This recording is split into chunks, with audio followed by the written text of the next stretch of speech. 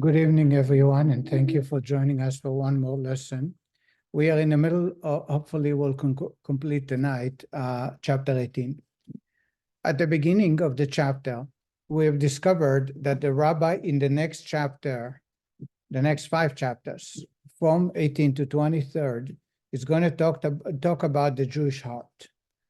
And the rabbi begins to base the discussion on the verse in the Torah, Ki korev elecha, this thing is close to you, near to you, me'od, very near to you, in your heart, in your mouth, and in action.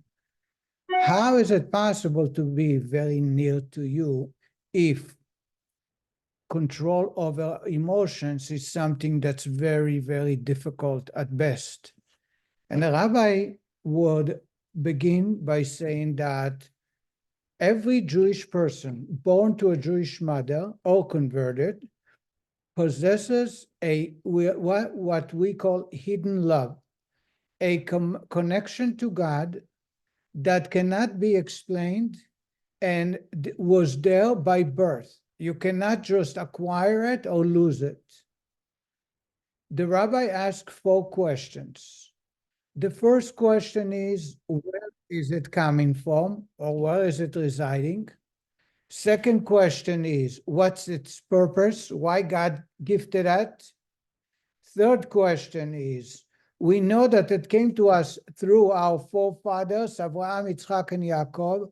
How is it possible that the forefathers who lived 3,000 years ago, over 100 generations ago, if every generation is about 25 years, so it's about 110 generations, how is it possible that we still benefit from that?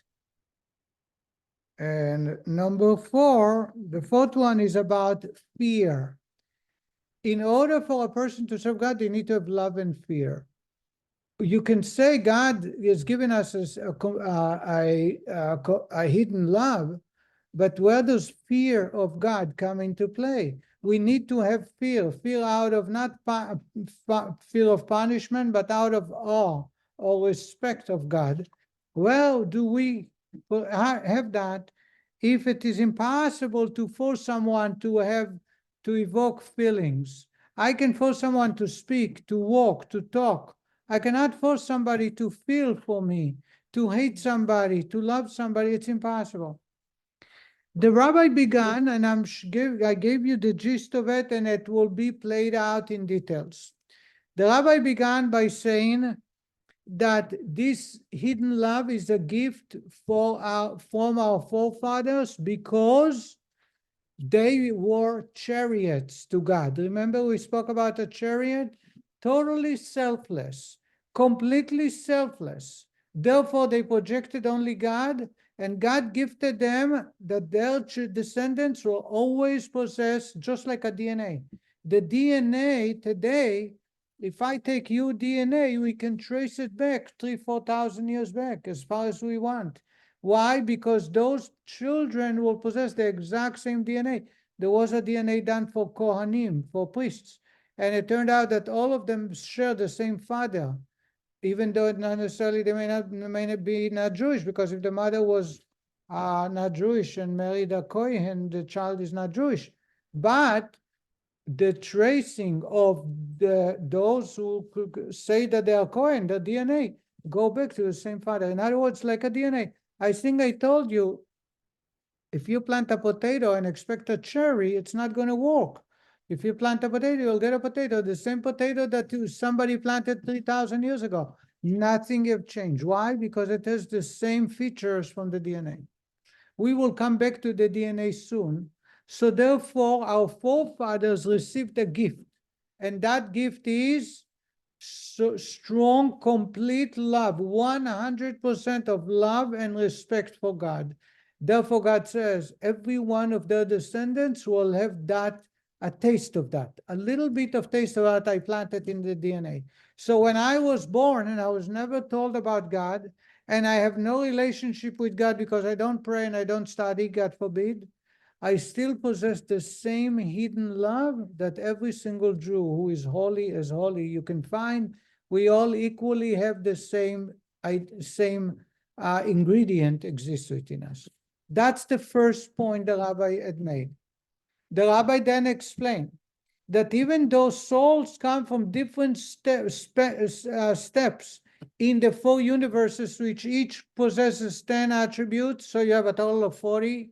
You can have one from number 11, number 13, number 20, but they all possess within them the Chokhmah of Atzilut, the highest number 40, the highest level of the 10 attributes from the highest universe, because that's how it goes. They keep descending down, so it waters down, but the same DNA that comes from the highest level of the 10 attributes of the highest universe exists in the lowest level of the lowest world. And the rabbi proved that point, that many times you'll have neshamot, souls that were sent by God to this universe of very, very wicked parents. In other words, my choice has nothing to do with what kind of soul I get. B, quite the opposite. If the parent, many times the parents were very unholy people, yet they were gifted with the holiest souls. And the reason is, the rabbi in the notes, we had a chance to study it last time, is because sometimes those souls are taken captive by the evil forces. And God is offering them to send those souls to the universe into parents who are misbehaving. So hopefully they'll convince their children to misbehave, so that the evil forces can draw energy anytime they don't a soul misbehave. When a human misbehaves, the souls draw a lot of energy. So they take these holy souls who give an abundance of energy, and they can shift it into unholiness if they are given, and they are led to agree to send those souls. So you end up with a very holy soul into parents who are very unholy.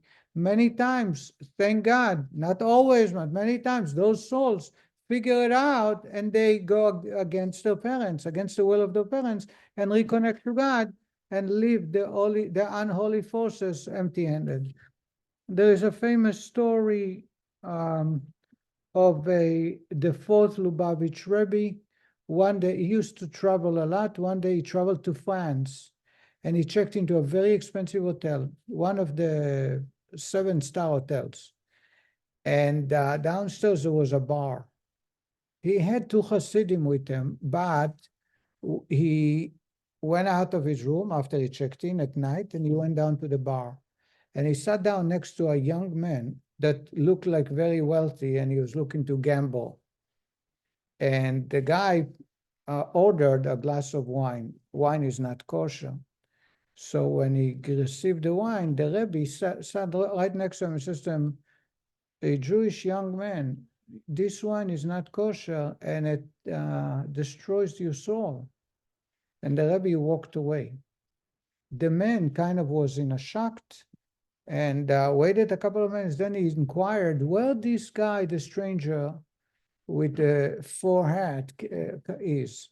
And he discovered it, he knocked on his door, and they spent the whole night.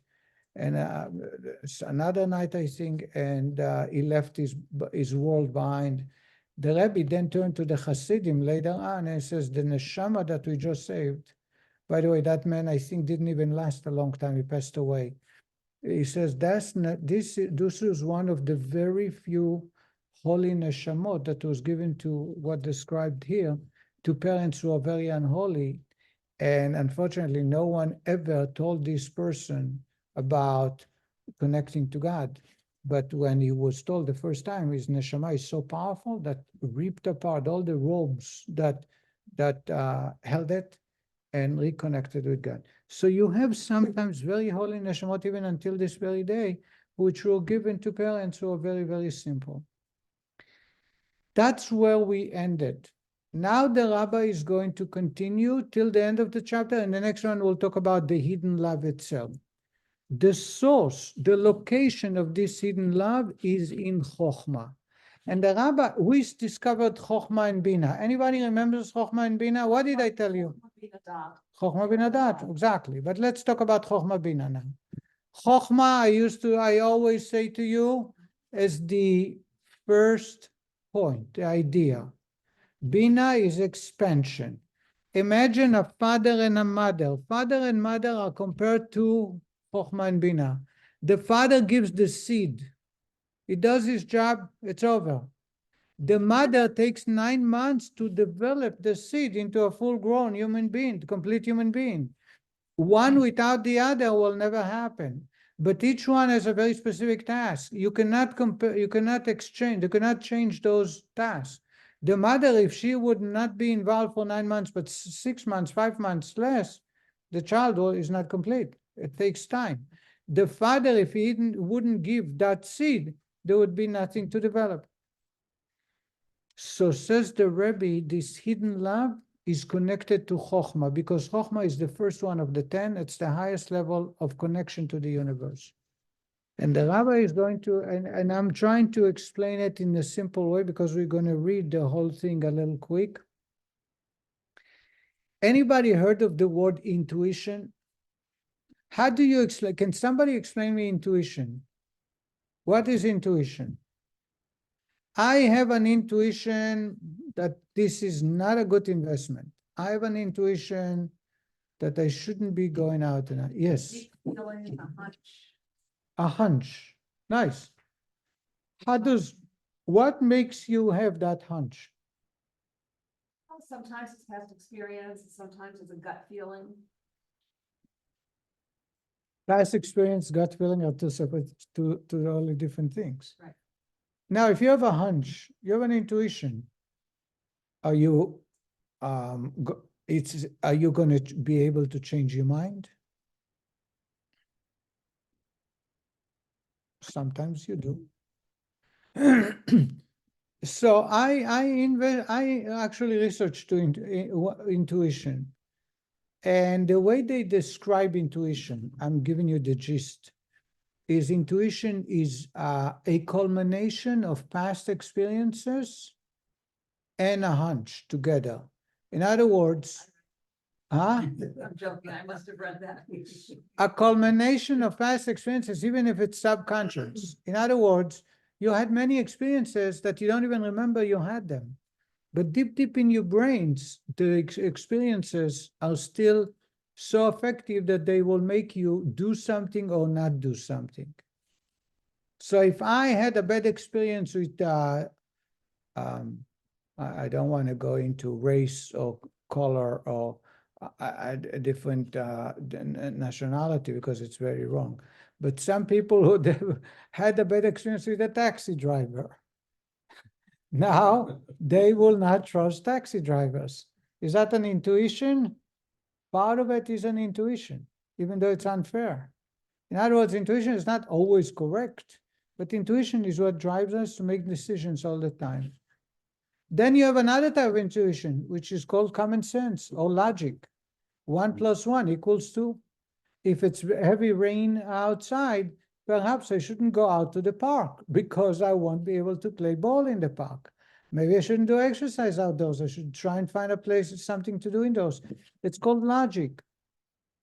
The idea of Chokhmah is actually an intuition. The Gemara uses an example, and to me, this is a very powerful example. The Gemara shared that the Rabbah was a famous Rebbe, had a dispute with the sages. There were not one, but sages is plural. So there probably were 3 or 4 rabbis, equal colleagues. They argued on a topic. Rabbah held one way, the rabbis disagreed. And they started proving him wrong. And they brought him proofs, several proofs that his opinion is invalid. The Gemara goes on to say that he was quiet, meaning he listened. He couldn't respond. He could not disprove their questions. And yet the Gemara says that the ruling is sided with Rabbah. Rabbah's ruling. Now, usually common sense in the Talmud, you have majority against minority, always follow majority. In addition, anytime an opinion is being, so to say, questioned or proved to be in contradiction to other parts of Torah, you take another opinion that does not contradict any part of the Torah. Here, they're able to prove to him that his opinion contradict other parts of the Torah, but he was quiet. The commentators, the Hasidic masters explain, he had an intuition that he was 100% right. And therefore, you're not going to change his mind. And actually, the rabbis sided with him. Does it ever happen to you when someone, your family, friends, co-workers will try, and they prove to you you're wrong, it's costly, you're going to fail, and you stick to it? Does it happen ever, Ali? No? Wanted to tell you, the over-under in Vegas had right around 19 minutes, yeah. No, it doesn't. Doesn't happen. Huh? I'll go either way. You what?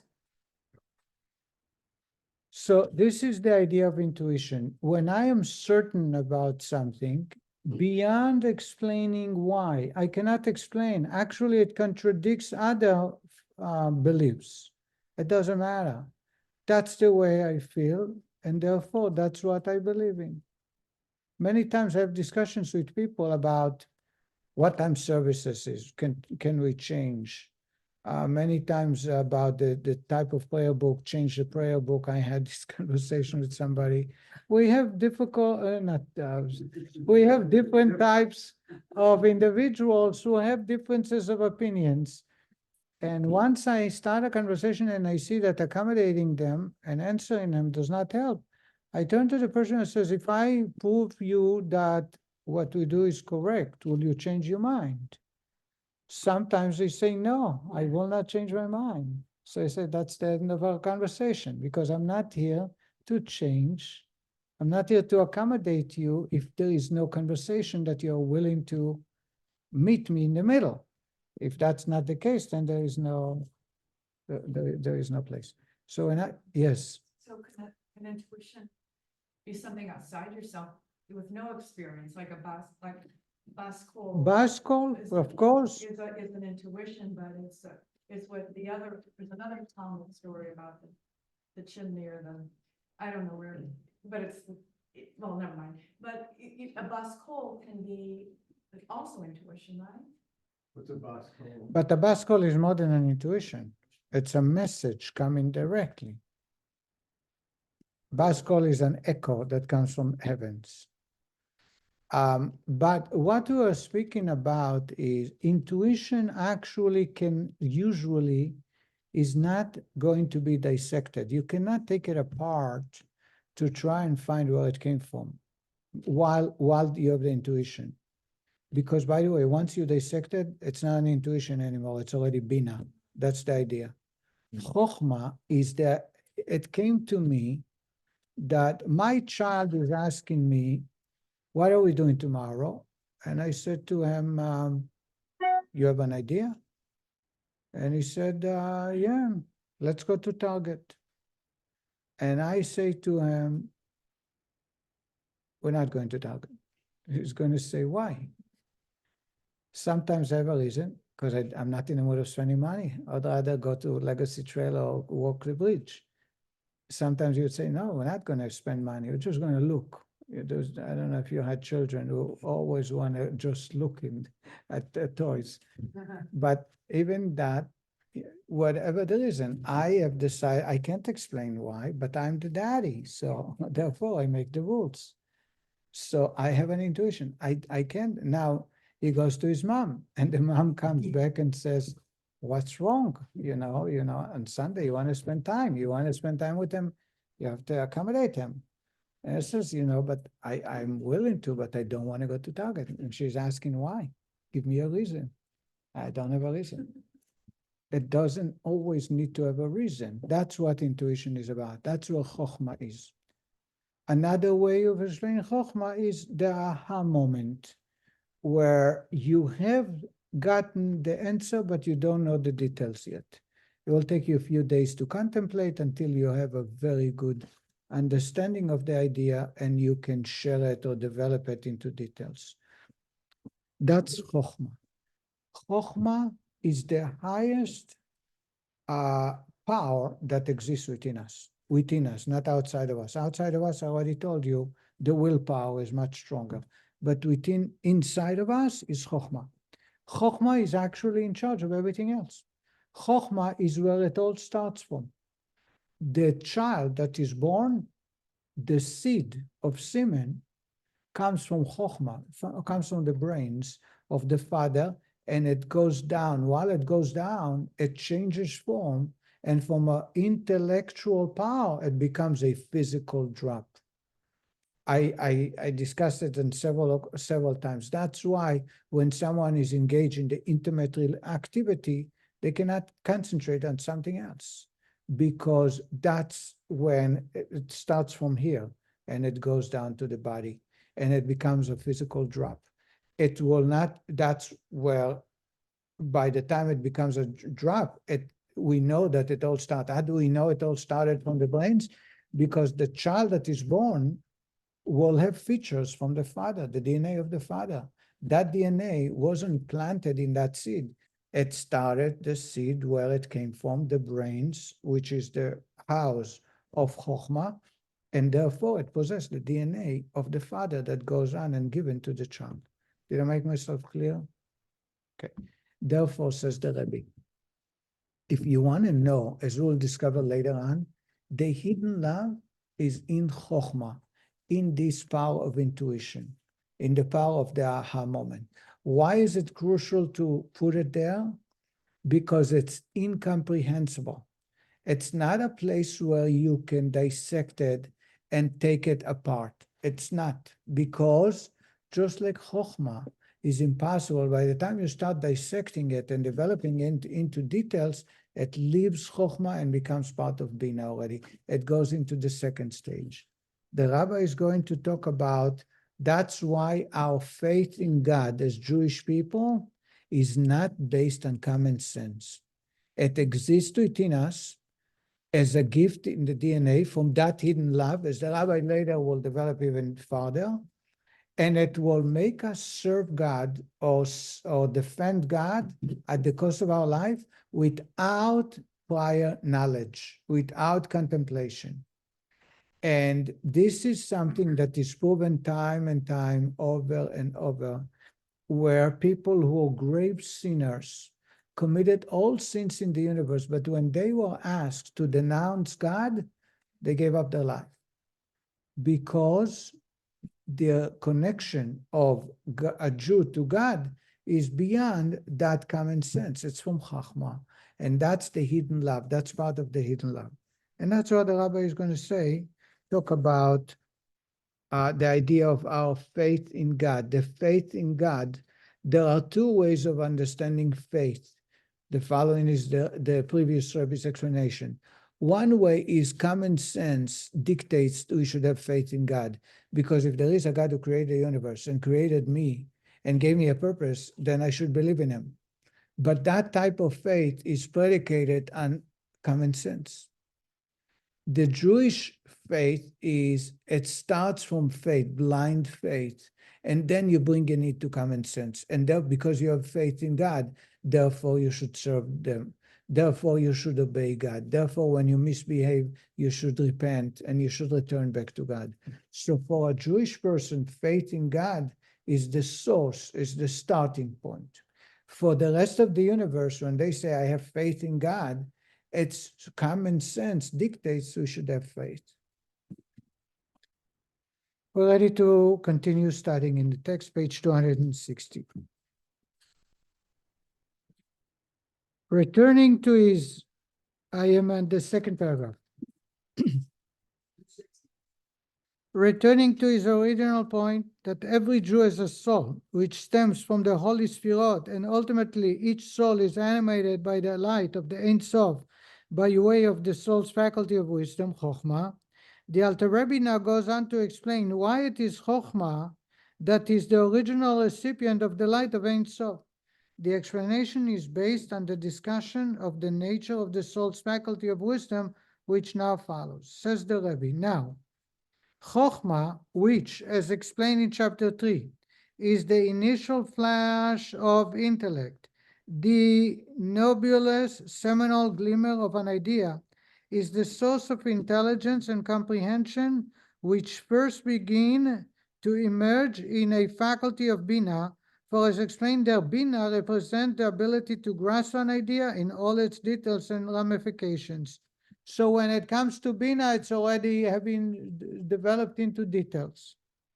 It is higher than Bina, which is the faculty of understanding an idea and grasping it, because in its relation to the soul's lower faculties, this single level of Chokhmah comprises two opposite aspects. On one end, Chokhmah is above comprehension and understanding, thus it transcends the lower faculties of the soul, and it is this aspect of Chokhmah which enables it to be the recipient of the light of Ein Sof, as will soon be explained, while on the other hand, Chokhmah is the source of intelligence and comprehension, and is thus connected to the lower faculties. So Chokhmah is a dichotomy, two opposites. On one end, it's totally removed from the faculties and details. However, it is the source of everything that will come later, because it's able to be the recipient of godliness. It is this latter aspect of Chokhmah which enables it to suffuse the entire soul, as stated earlier, and in its active state to affect even one's thought, speech, and action, which are even lower than the soul's lower faculties, being merely the garments of the organs of expression for the soul, as will be stated further in chapter 19. The etymological composition of the word Chokhmah indicates this dual nature. Chokhmah contains two words, koach, ma, the faculty of unknown. Koach is power or faculty, ma is nothing, of nothing. So you have a dichotomy. You have a very powerful energy, yet it is nothing. Because if it wouldn't be nothing, it would be some type of a framework, it will not be able to contain godly energy. But with that is able to contain godly energy, it has to send it back to the other nine powers. Literally, ma means what? As one would ask something he cannot comprehend, what is it? Hence, while it is an intellectual faculty and thus related to the other lower faculties, it is a faculty which cannot as yet be comprehended or grasped by the intellect, and is therefore also above and beyond the others. And therefore, says the Rabbi, for this reason, the light of the Ein Sof, blessed be He, who can in no way be comprehended by any thought, is vested in Chokhmah. Because Chokhmah is so unique that it is a power, one of the 10 attributes, but of nothing, there is nothing there. Therefore, godliness can enter that place. Those faculties whose function are intelligence and comprehension cannot serve as receptacles for the light of the Ein Sof, for knowledge cannot grasp the unknowable. Only Chokhmah, which itself is higher than comprehension, can receive this light. Hence, all Jews, even the women and the illiterate, who have no knowledge of God's greatness, believe in God, since faith is beyond understanding and comprehension. That is, faith represents the ability to grasp that which the intellect cannot. For as Scripture states, the fool believes everything, but the clever man understands. So a clever man will have understanding, but a fool person, so we are foolish people. Because our foundation of our connection to God starts from simple belief, without being able to comprehend or understand or explain it. So if someone were to ask me, do you believe in God? I say, yeah. He says, can you prove it to me? I say, no, I can't prove it to you, because if I prove it to you, it's not a belief in God. Belief is a tool which has nothing to do with common sense. Common sense is and belief are two separate tracks that are parallel, and they can never come together. They don't connect. So when it comes to trusting God, well, it comes to prove there is a God. Of course, you can do it with common sense. I can prove to you there is a God. But to say that that affects my belief in God, my faith, has nothing to do with common sense.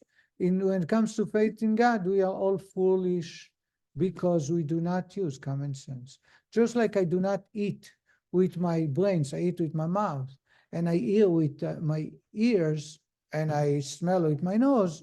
I believe in God with my power of faith, which has nothing to do with common sense. Common sense does not play any role. Any question to that? No questions. Okay, let's continue. The rabbi, there are many stories of men who had, as I said, on many occasions, were not following God's commandments because they desire to enjoy the universe, or worse, do live a sinful life. And yet, when it came to the point of whether you have to choose either you're Jewish or not, there was beyond a doubt that they chose to be Jewish. There is a few things I wanted to share, and that is a story of Yoseleh the Holy Ganav. Anybody heard of Yoseleh the Holy Ganav? Yeah. No? So before, and I want to show something else. There is a story that we read in the Haftarah on Shabbat about Elijah the prophet and the false prophets. Anybody familiar with the story? Okay, so here's the story. In the time of Elijah the prophet, there were plenty of people who worship idols. And God is angry. So Elijah, or either God sent them to stop it. So Elijah goes, announces, and says, let's make a public test. We will go into Mount Carmel. Mount Carmel is in Haifa. It's one of the largest mountains. Half of Haifa is built on the Carmel mountain. And in there is a cave where Elijah hid, if anybody knows.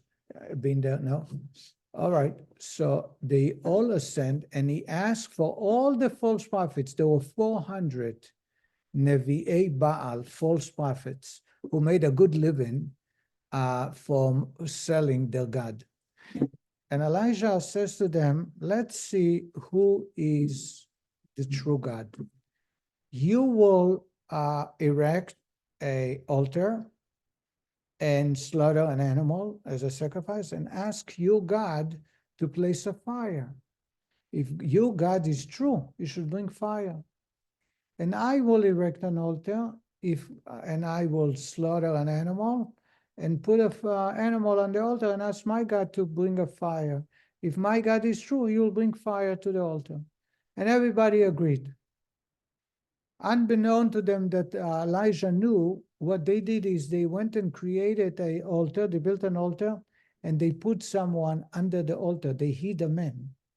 And they told that man that on a signal, when they receive the signal, when they start clapping or screaming, he should ignite the altar. He should ignite fire, and I think it's surrounded by water maybe. And this way they will show that the fire came by itself. But God is a little smarter, and God brought a snake that bit the man and he died. So they had an altar. Anybody heard this story before? Harry? Linda, did you hear the story? Okay. So they built an altar, and they place they slaughter an animal, they put it on the as a sacrifice, and they start screaming and calling, and nothing happens. So Elijah said, maybe it's a little early, your God is still asleep. Maybe you wake him up, shout a little louder. And he shout louder, then he says, maybe you tried directing yourself to this side, to that. He was mocking them very, very badly. After they gave up, it was already in the afternoon. Elijah said, now it's my turn. So he knew that they cheated. So he went and dug a channel, a ditch, a circle ditch, and built a wooden altar in the middle. He filled the channel, the ditch, with water, so the water can come from nowhere. He built an altar because he knew that their altar was built from the night before, so they can hide somebody, to show them there's nobody. And he then slaughtered the animal, placed the animal on the altar, on a lot of wood on the altar, And then he says, God, the God of Abraham, Isaac, and Jacob, Anani, help me and prove to your children that you are the true God. And suddenly a fire came and consumed the animal and the altar and the ground all around, and the water ate up, consumed, just like if it was oil. And everybody screamed and ran away, and they shouted, God is the Lord, God is the Lord. Hashem wa Elokim. At the end of Yom Kippur, we're shouting together, Hashem wa Elokim, God is the Lord, 7 times. Anybody familiar with that? It's from Elijah the prophet. That's one. So then the rest of the story is Elijah then picked up all those prophets, 400, and threw them like the sheep of Azazel over the mountain. Killed them, one after the all 400.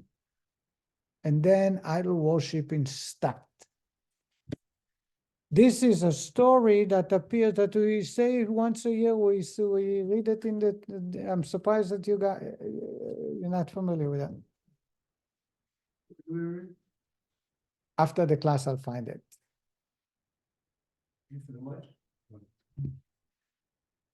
So the story over there is Elijah, when he gathers them all, he turned to the Jewish people and he says, Ad matai, for how long atem you are poschim al shnei seifim, jumping on both sides of the road. If God is the Lord, follow God. If the Baal, if those idols are, follow them. That's what it says to them. The Rebbe points out that jumping on both sides is worse than worshiping idols. Because if someone worships idols and he starts getting cursed by God, he knows why it is, and there is a chance he'll make a turn. But if someone on Shabbat he goes to shul, and on Sunday he goes to worship idols, then whatever bad happens, you can blame either one. Whatever good happens, you can credit either one. So it will never cause a person to get back on the highway. You understand that? One person once asked the Rebbe, how is it possible? Where did Elijah had the audacity to turn to the Jewish people and say, if God is the Lord, follow him, and if the Baal is the Lord, follow him?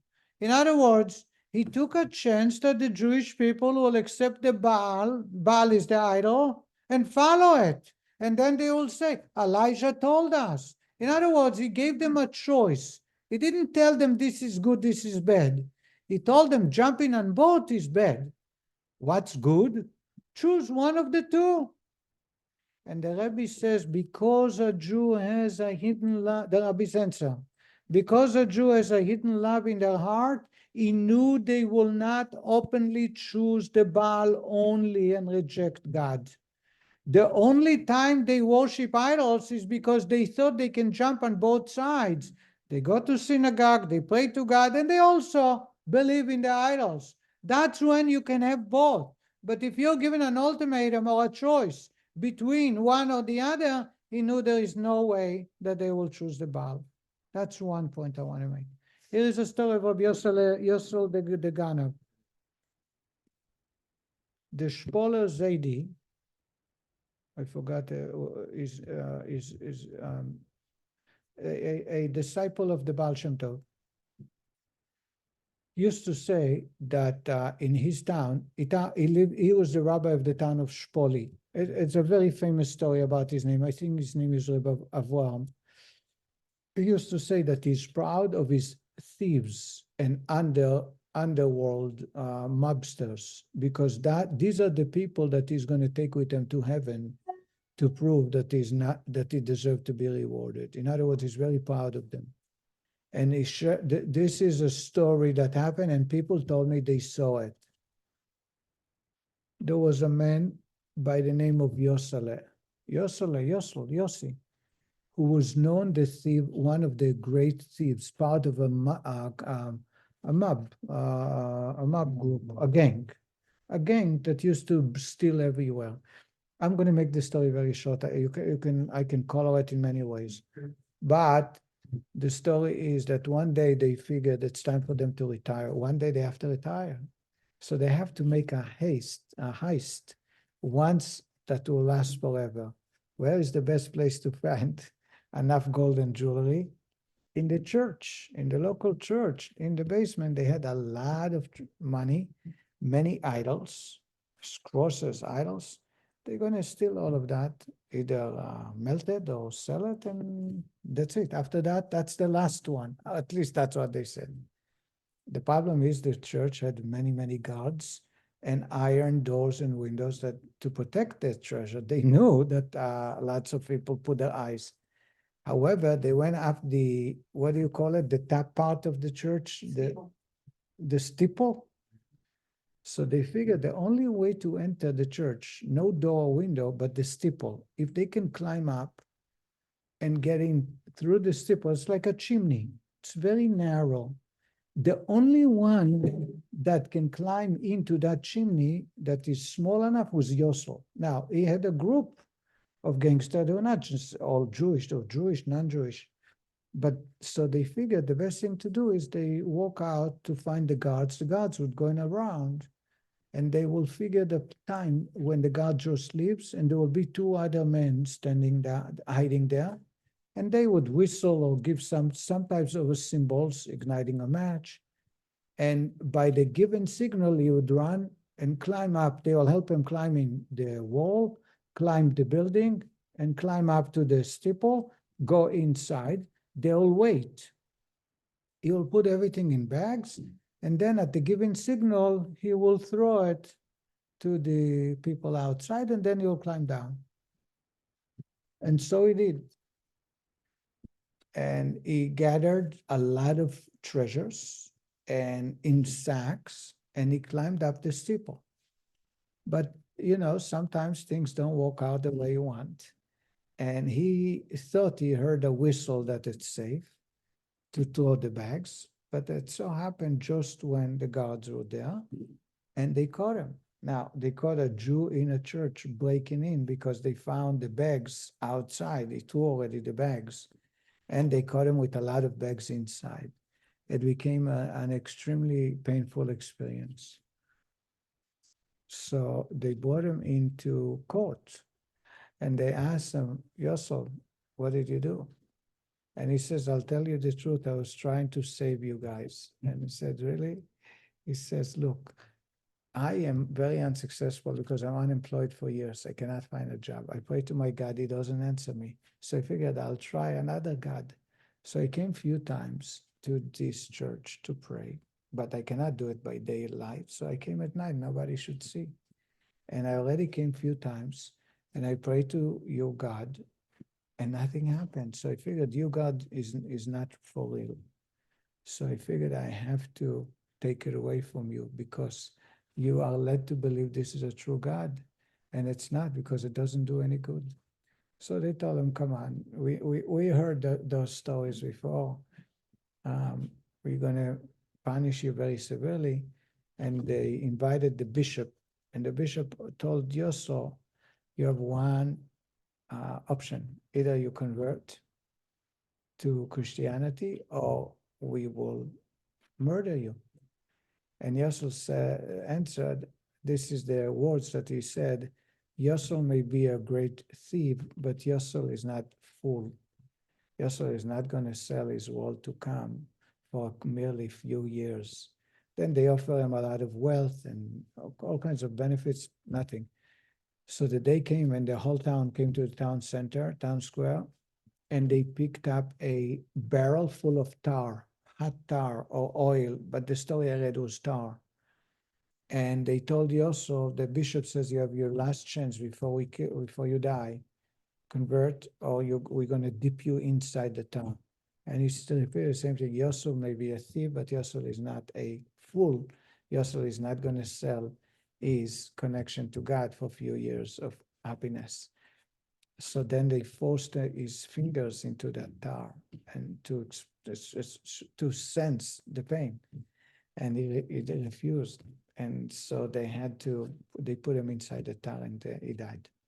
So after he died, the Shpoler Zaydi, the rabbi who's known a holy man, says that it should, on his headstone, he would like it to be written, here rests Yosele, the holy Ganav, the holy thief, because with his act, he sanctified God's name. And he asked to be buried next to him. Now, I have heard from several people who told me that they went to the cemetery and they have seen the Shpola Zaydi's grave, which is 300 years old. And next to it is Yosele, the holy thief. It says Yosele, the holy Ganav. Why do I share that? It's because this man had lowered himself to the lowest rung of behavior. Stealing money couldn't, without taking into account, people invested so much energy and time to earn a living. He wasn't breaking into rich homes because there were no rich people. He was breaking into homes for people who worked very, very hard to try and bring food to their children. And yet, when the ultimate test came, there was no doubt in his mind, even though he wasn't raised with the religion, there was no doubt in his mind where it belongs. The only way to explain it is because faith is above comprehension. It's common sense don't work there. Let's finish the chapter. That is, the fool, lacking understanding, grasps every subject through the medium of faith, while the clever man's grasp is based on reason. However, this derogation of the fool for approaching every idea with faith can apply only where the subject of his belief is within the grasp of reason. In this case, the basis for his faith is his own lack of understanding, and he is therefore called a fool.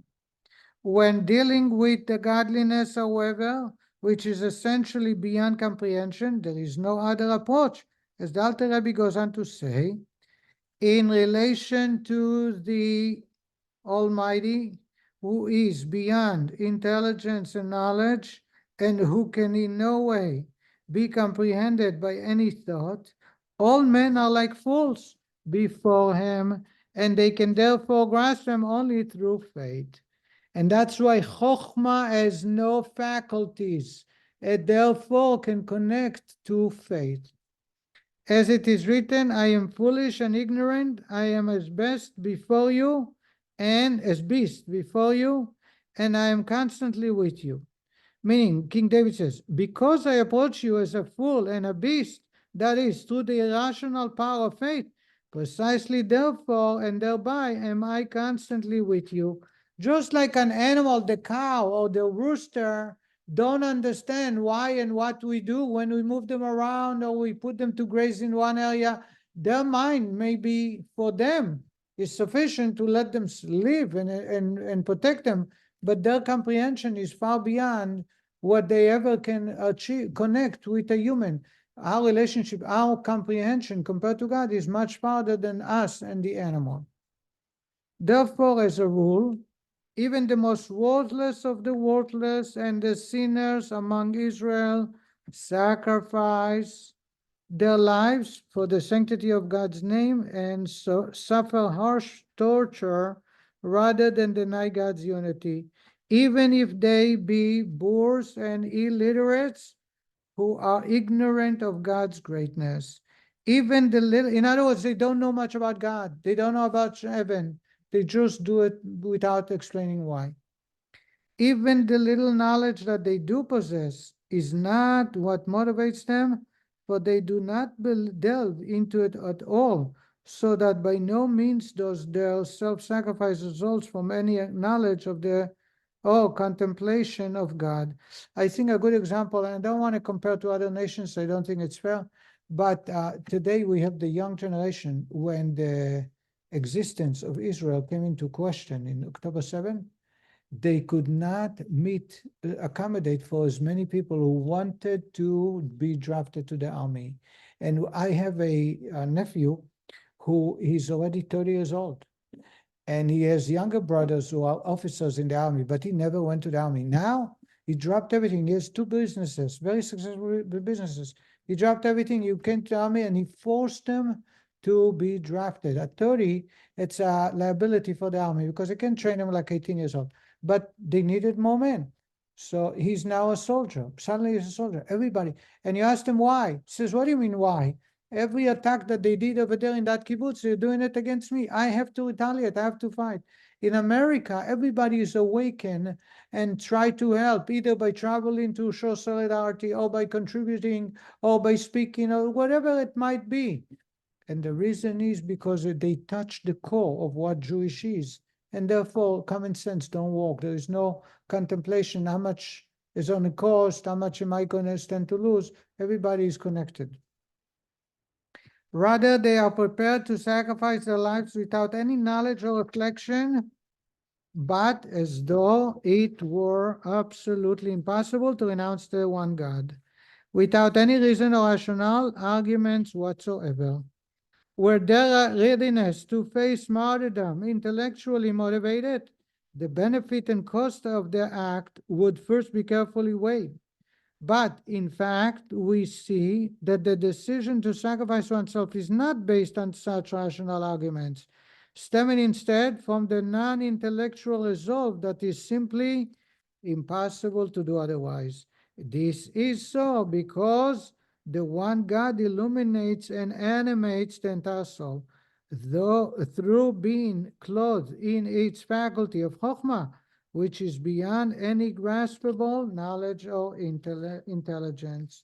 Since the light of the Ein Sof is vested in every Jew's soul, everyone, regardless of his level of knowledge, is prepared to sacrifice his life for his faith in God. And that will conclude our lesson. We will continue. Chapter 19, the Rabbi is going to talk about the hidden love in detail. So right now we know it's in Chokhmah. Why it's in Chokhmah? It cannot be in any other place because godliness can rest only in Chokhmah. Anything else is already so to say, a vessel, and godliness cannot rest in a vessel. Chokhmah has the dichotomy of koach, a vessel, but ma, of nothing. It's not real vessel, and that's why it's total nullification to God, and that's why it can contain godliness and send it down, lower it down to the other faculties. So when is my connection to God stem from? Chokhmah, the hidden love for God. That love that exists in our DNA as a gift from our forefathers resides in the same spot in Chokhmah. And next week we'll get into details about the hidden love of God. Thank you so much. Bye, everybody.